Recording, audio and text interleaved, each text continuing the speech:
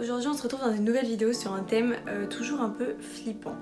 On va parler des endroits les plus chelous et les plus terrifiants qu'il existe dans le monde. D'ailleurs si les thèmes un peu flippants, horreur, tout ça, ça vous intéresse, sur ma chaîne j'ai 2 threads d'horreur et 3 vidéos sur les disparitions étranges qui ont eu lieu sur cette terre. N'hésitez pas à aller faire un tour. Et ben c'est parti, on va regarder ça ensemble. I stack my money tall as a mountain. All this ice got me dripping like a fountain. On commence par la municipalité de Cagayan aux Philippines. Donc je sais pas si ça se dit Cabayon ou Cagayan ou aucun des deux, peut-être que je suis totalement débile, je ne sais pas. Mais du coup on va dire Cagayan dans cette histoire. Enfin c'est pas une histoire mais bon voilà. Alors qu'est-ce qu'il se passe à Cagayan aux Philippines ?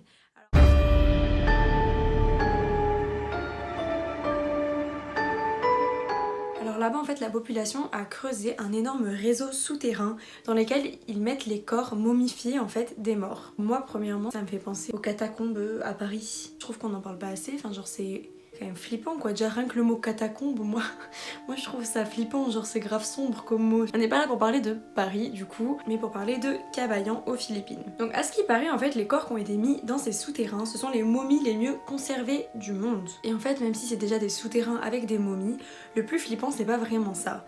Le plus flippant c'est qu'il y aurait tellement de corps et de réseaux souterrains en fait serait tellement grand qu'on pourrait s'y perdre. Donc juste imaginez à quel point c'est vraiment un film d'horreur de se perdre dans un endroit comme ça, sachant que t'es entouré de corps et de momies autour de toi et que c'est tellement grand que je pense qu'il y a plein de chemins, tout ça, enfin bref. Moi ça me fait quand même assez froid dans le dos. C'est déjà pas mal pour le premier lieu. C'est parti pour la suite. Maintenant, le lieu numéro 2, c'est l'île des Poupées au Mexique.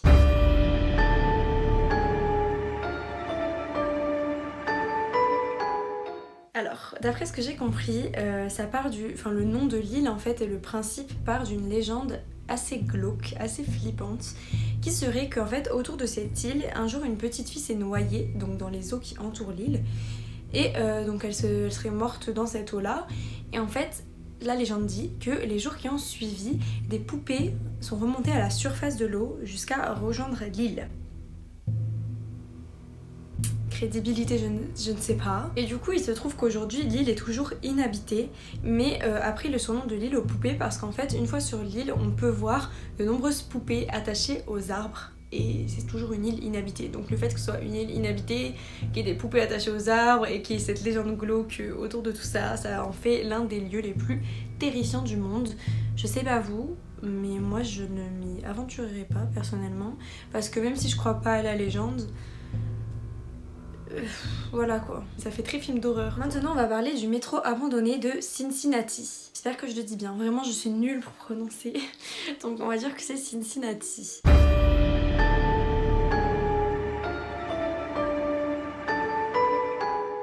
Aux États-Unis, le métro de Cincinnati a été partiellement construit dans les années 1920. Sauf qu'en fait, c'est un métro qui a jamais été terminé parce que sa construction à l'époque coûtait trop cher. Donc ils avaient dû arrêter la construction de ce réseau de métro. Et du coup, vu que ça a été inachevé, depuis c'est juste des espèces d'énormes caves souterraines et vides qui sont encore là en fait parce qu'ils n'ont pas détruit ce qu'ils avaient commencé et du coup c'est inhabité, c'est souterrain. Et puis vous voyez commencer un petit peu les caves de métro où le métro passe, c'est quand même large et gros tout ça. Donc on pourrait se demander qu'est-ce qui s'y cache, est-ce qu'il y a il se passe des choses peut-être étranges là-bas, tout ça, mais en tout cas c'est un des endroits du coup qui fait bien flipper là-bas. Maintenant je vais vous parler du 3e lieu, 4e, bref du prochain lieu. Donc c'est l'asile psychiatrique désaffecté de Headingley. Ça se trouve en Angleterre.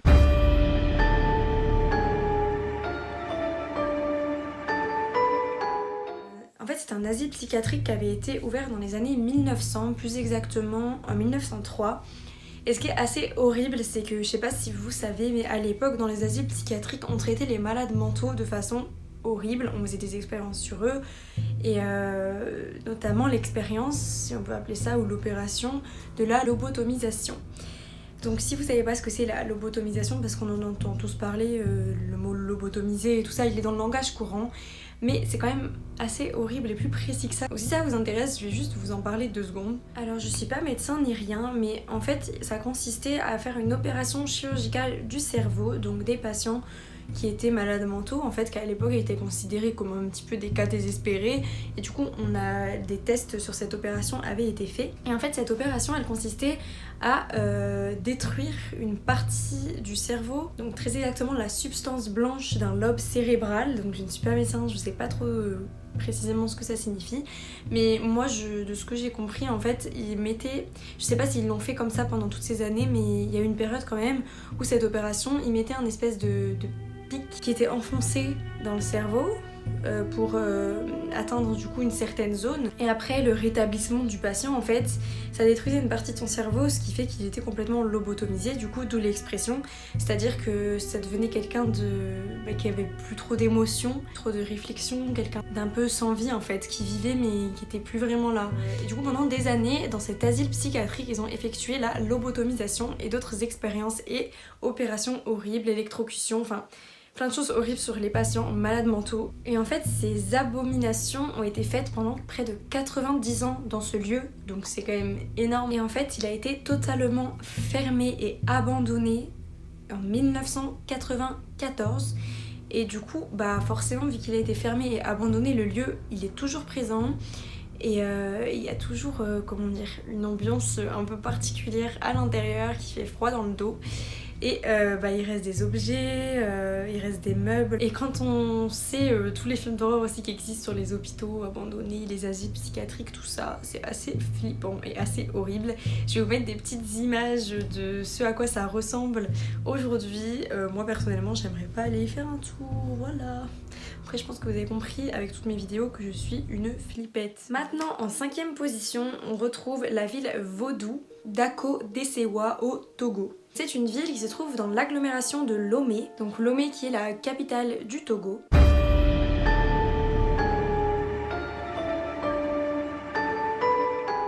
C'est un endroit particulièrement connu pour son marché des féticheurs. Oui, j'ai fait des guillemets avec mes doigts, ouais.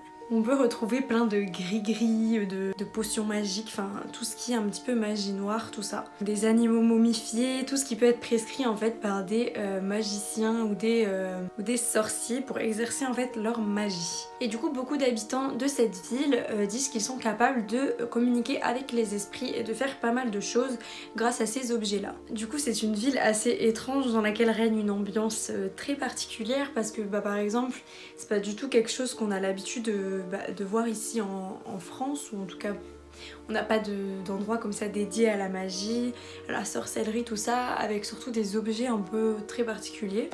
Donc en vrai ça doit être grave intéressant d'aller visiter et d'aller voir la culture dans cet endroit.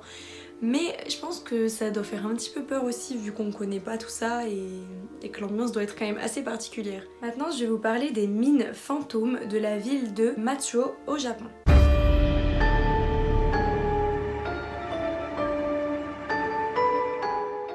Donc les mines de Machuo au Japon, c'était autrefois les plus grandes mines de soufre de l'Asie. Sauf qu'elles furent néanmoins abandonnées en 1970. Et en fait, depuis, un épais brouillard est souvent présent sur cette ville et la plonge dans une espèce d'obscurité particulière, ce qui fait que apparemment, parfois cette ville est même difficile à trouver. L'ambiance qui règne là-bas, c'est un lieu abandonné d'anciennes mines, et à ce qui paraît, du coup l'intérieur des mines et des bâtiments qui sont restés présents dans cette zone abandonnée sont assez flippants. Donc voilà, ça en fait quand même un lieu particulièrement étrange et surtout un lieu où moi je n'irai pas encore une fois, voilà. Je pense qu'on peut dire que je suis l'échelle de la peur. La ville de Centralia aux États-Unis. Je sais pas si vous connaissez le film de Silent Hill, mais du coup cette ville serait la réplique parfaite de ce qui se passe dans le film, mais dans la vraie vie. Voilà.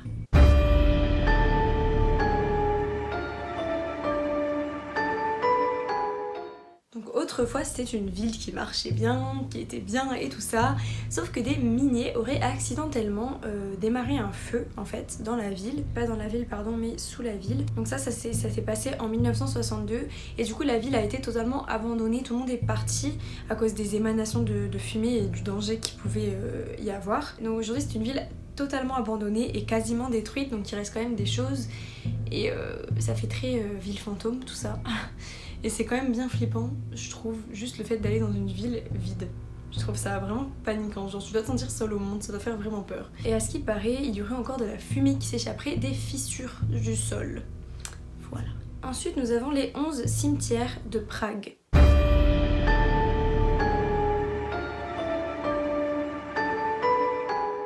Donc en fait, ce qui est flippant, c'est que c'est un cimetière comme un autre, sauf qu'il y a eu 11 cimetières à ce qui paraît qui auraient été construits les uns sur les autres. Donc en fait, ce qui fait qu'on a en quelque sorte empilé les gens, enfin c'est horrible, mais voilà. Et du coup, c'est ça qui fait flipper, parce que déjà, le cimetière, il a une dégaine un peu particulière, comme vous pouvez le voir.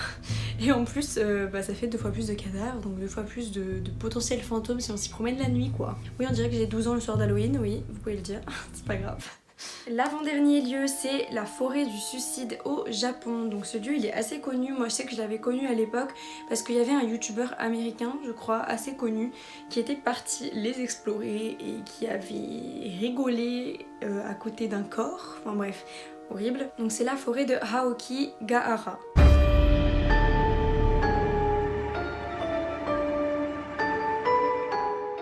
Mais en gros, ce serait un lieu où il y a beaucoup de personnes qui iraient se suicider. Donc c'est une forêt, malheureusement beaucoup de personnes du coup en détresse iraient mettre fin à leur jour dans ces bois. C'est pourquoi si on s'y promène, on trouverait des corps régulièrement, donc des personnes qui se pendent et tout ça, donc c'est assez horrible. Et c'est tellement un lieu où il y a souvent des personnes en détresse qui viennent pour se donner la mort que les gardes forestiers auraient placé un peu partout dans la forêt des messages de soutien, on va dire, tels que pensez à votre famille, la vie est belle, enfin plein de choses un petit peu comme ça. Et pour vous dire à quel point c'est quand même fréquent qu'il y ait des suicides dans ce lieu. Ah bah tiens, parce qu'en fait je découvre en même temps que vous et du coup au début de la vidéo je parlais des catacombes de Paris et en fait il arrive en 10e place parce que je me disais on parle des souterrains là avec plein d'ossements au début mais on parle pas de ceux de Paris alors qu'en soi c'est tout aussi flippant je trouve. Du coup les catacombes de Paris.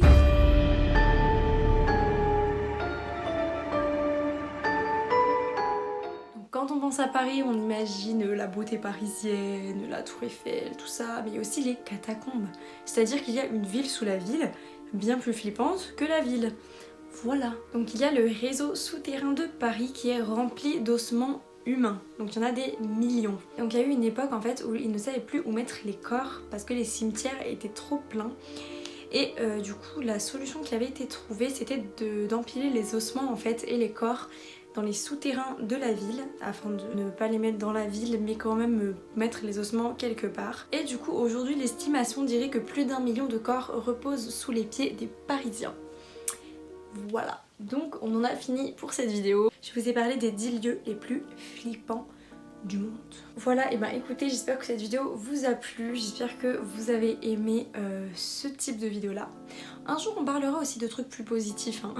Juste je pense que ça intéresse quand même beaucoup de monde, tout ce qui fait peur. D'ailleurs moi je suis la première intéressée, c'est pour ça que j'aime bien faire des vidéos comme ceci. J'espère que malgré tout vous dormirez bien ce soir, surtout que ces lieux sont loin de nous. Mettez un petit pouce bleu si vous avez aimé cette vidéo, si vous connaissiez déjà certains de ces lieux ou si vous en connaissez d'autres en plus que vous voulez me faire connaître, n'hésitez pas à me le dire en commentaire, j'irai voir ça avec grand plaisir et je vous répondrai parce que je prends le temps de répondre à tous les commentaires parce que j'aime bien. En tout cas, je vous fais des gros bisous, à très bientôt dans une prochaine vidéo. Get it. I stack my money tall as a mountain. All this ice got